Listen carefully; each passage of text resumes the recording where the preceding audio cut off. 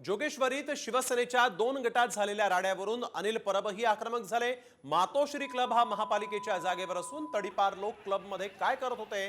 मातोश्री club seal करा अशी मागणी परबांनी केली। तर विनयभंग केला असेल तर व्हिडिओ दाखवण्याचं आव्हान देखील परबांनी दिलेलं आहे। महिलांवर हात टाकण्याचा प्रयत्न झाला असा आरोप श्रीकांत शिंदेंनी केला होता।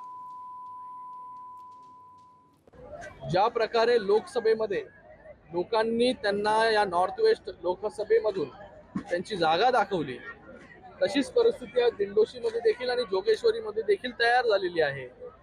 ही दिंडोशीची जागा आणि जोगेश्वरीची जागा देखील मोठ्या मताधिक्याने शिवसेना महायुती जी आहे ती जिंकणार आहे।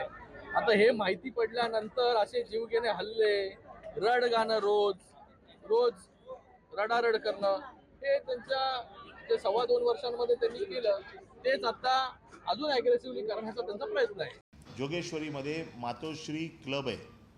हा मातोश्री क्लब हा मुंबई महानगरपालिकेच्या जागेवरचा आहे। सर्व प्रकारचे लोक रात्री 1 वाजता 12 वाजता वेगवेगळ्या गेटमधनं लोकांना आतमध्ये आणलं जातं, पैशाचं वाटप केलं जातं।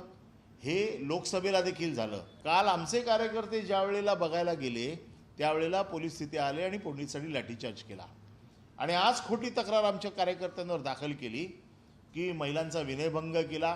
परंतु काल ज्यांनी आतमध्ये जे गुंड आहेत, या गुंडांची नावं आहेत, हे सगळे कोण आहेत? हे सगळे तडीपार लोक आहेत